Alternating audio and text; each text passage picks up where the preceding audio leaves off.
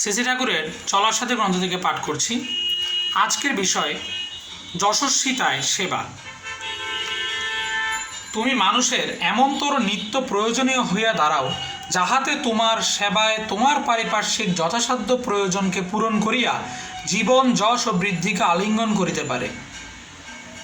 অর্থাৎ এখানে বলা হয়েছে, তুমি তোমার পারিপার্শ্বিকের বা তোমার আশেপাশের যারা প্রতিবেশী রয়েছে, বিভিন্ন বন্ধুবান্ধব রয়েছে, তাদের এমনই একজন সঙ্গী হয়ে দাঁড়াও যাতে তোমার সেবার মাধ্যমে তোমার প্রতিবেশী, পারিপার্শ্বিক, বন্ধুবান্ধব জীবন যশ ও বৃদ্ধিতে আলিঙ্গন লাভ করিতে পারে।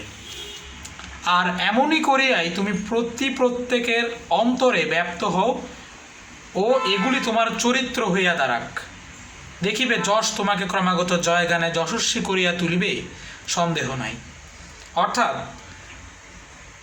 আমার পারিপার্শ্বিক, বন্ধুবান্ধব, প্রতিবেশী, আমার আত্মীয় স্বজন, ওনাদের যাতে আমি আমার সেবার মাধ্যমে যথাসাধ্য প্রয়োজনকে পূরণ করে তাদের জীবন যশ ও বৃদ্ধির দিকে তাদেরকে আমরা যেতে সাহায্য করি, ওই পথটা দিয়ে যেতে সাহায্য করি।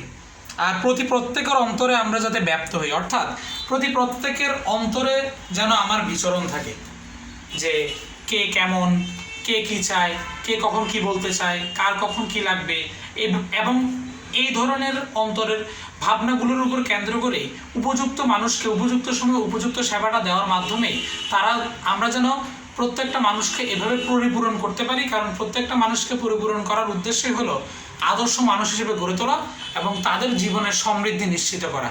আর তাদের জীবনের সমৃদ্ধি নিশ্চিত হবেই মানে একটা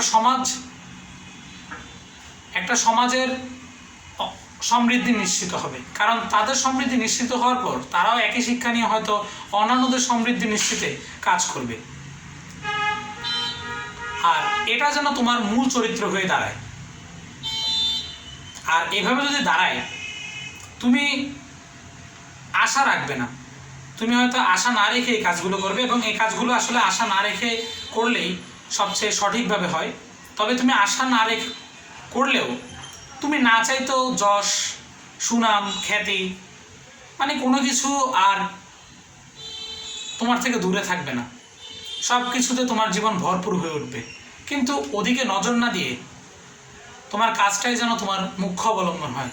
এইভাবে প্রতিটা সমাজ থেকে শুরু করে দেশ থেকে শুরু করে সারা পৃথিবী পর্যন্ত পরিবর্তন হতে পারে। এক একটা মানুষ পরিবর্তন হওয়া মানে ওই মানুষের মাধ্যমে আরও 50 জন মানুষের পরিবর্তন হওয়ার সম্ভাবনা সৃষ্টি হওয়া।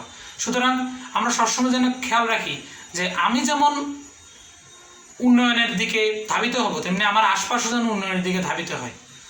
তাহলেই উন্নয়নটা দীর্ঘস্থায়ী হবে এবং উন্নয়নটা আদতপক্ষে কার্যকর হবে। ধন্যবাদ সকলকে। ওম স্বস্তি, ওম স্বস্তি, ওম স্বস্তি।